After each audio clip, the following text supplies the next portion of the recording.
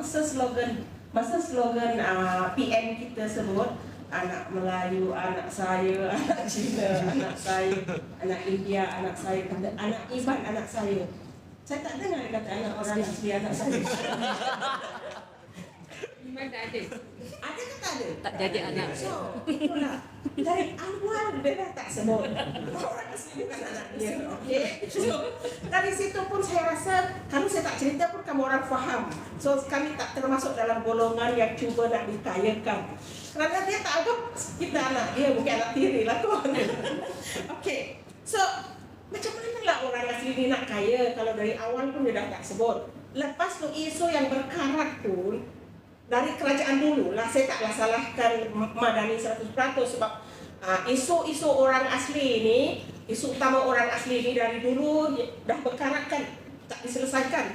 Cuma yang kita terkilan sebab Madani masa mereka berkempen untuk menjadi kerajaan, dipilih menjadi kerajaan, berhabisanlah mereka perangkan, mereka cakap okey, kalau dipilih kami jadi pemerintah, kita akan menyelesaikan isu tanah. Sebab pada orang asli kita rasa okey, kaya atau miskin, kami sebagai orang asal negara ini, kami nak hak kami untuk duduk di satu tempat. Maksudnya kami ini berbeza sedikitlah dari masyarakat mainstream yang ada. Macam orang boleh pindah dari Kedah pergi Kelantan, dari Kelantan pergi ke Penang. Kami ini bukan macam itu. Kalau kami ada di Kampung Chang, dari nenek moyang saya dulu sebelum Malaysia ditubuhkan, sebelum penjajahan British muncul, perang Jepun muncul, kami sudah ada di situ dan kami tidak akan berganjak dari situ. Kerana kami punya amalan budaya itu ialah setiap kumpulan atau komuniti yang wujud, dia punya wilayah tersendiri. Dia tak boleh keluar dari wilayah itu dan menyebut wilayah lain itu sebagai hak milik dia. Dia keluar dari wilayah dia ke satu tempat yang baru itu hanya pergi merayau. Maksudnya pergi ke KL cari makan, bekerja atau jalan-jalan makan angin. Tetapi bukan hak dia tau. Dia tak boleh anggap KL itu hak dia. Dia tak boleh macam itu. So, konsep orang asli itu adalah macam itu amalan dia. So, bila kita punya isu berkarat ini tak diselesaikan atau dijanji tetapi tak pernah diusahakan bersungguh untuk selesai, itulah punca kemiskinan kita. Sebab di tempat yang kita sedang duduk itu tak pernah diiktiraf sebagai hak milik kita oleh pemerintah dari dulu sampailah pemerintah Madani. Malah di zaman pemerintahan Madani sekarang, kita sedang sebenarnya keadaan kami sangat kritikal, terutamanya di kawasan Pahang. Ya, Pahang sekarang sedang diserang bertubi-tubi lah, di mana kerajaan negeri dengan kuasa yang mereka ada, mereka telah mewujudkan beberapa syarikat untuk mengambil alih tanaman semula komersial masyarakat orang asli, tanaman ladang kelapa sawit, tanaman yang diusahakan oleh orang asli sendiri. Mereka ambil alih menggunakan syarikat ni, mereka panggil Oracle ni, ambil alih syarikat tu, mereka tapping right, mereka nak ambil dia punya hasil.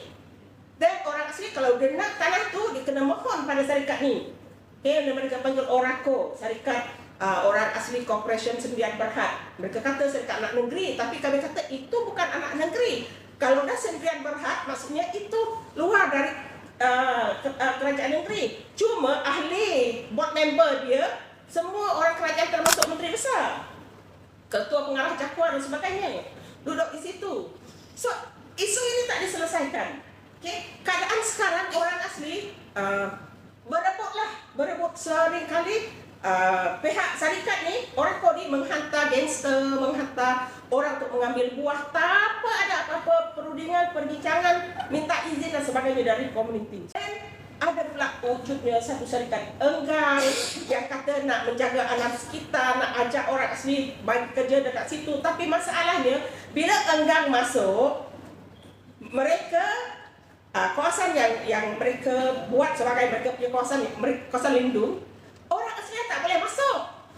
Orang asli adalah beberapa orang kerja dalam tu, kerja dengan syarikat ni, tapi komuniti itu dah tak boleh masuk. Dah tak boleh pergi masuk memancing, tak boleh mengambil sumber dalam tu, tak boleh buat api, kononnya takut terbakar dan sebagainya. Orang asli dah duduk di situ beribu tahun, tak pernah terbakar hutan tu. Kalaupun mereka buat ladang, tak pernah hebat kalau berbandingkan dengan pembakaran lain. Tapi itu yang mereka buat sekarang. So, macam mana kita nak kaya? Keadaan semakin meruncing. Ada lagi lah, nanti saya akan cerita. Sebab Akta 134, of course kita minta pindaan. Tetapi, bila mana ni sampai, dia kata, okey, kita akan pindah lah. Tapi apa yang dipindah itu lebih menyusahkan kami. Dan sekarang kami sedang struggle untuk menyusahkan kami.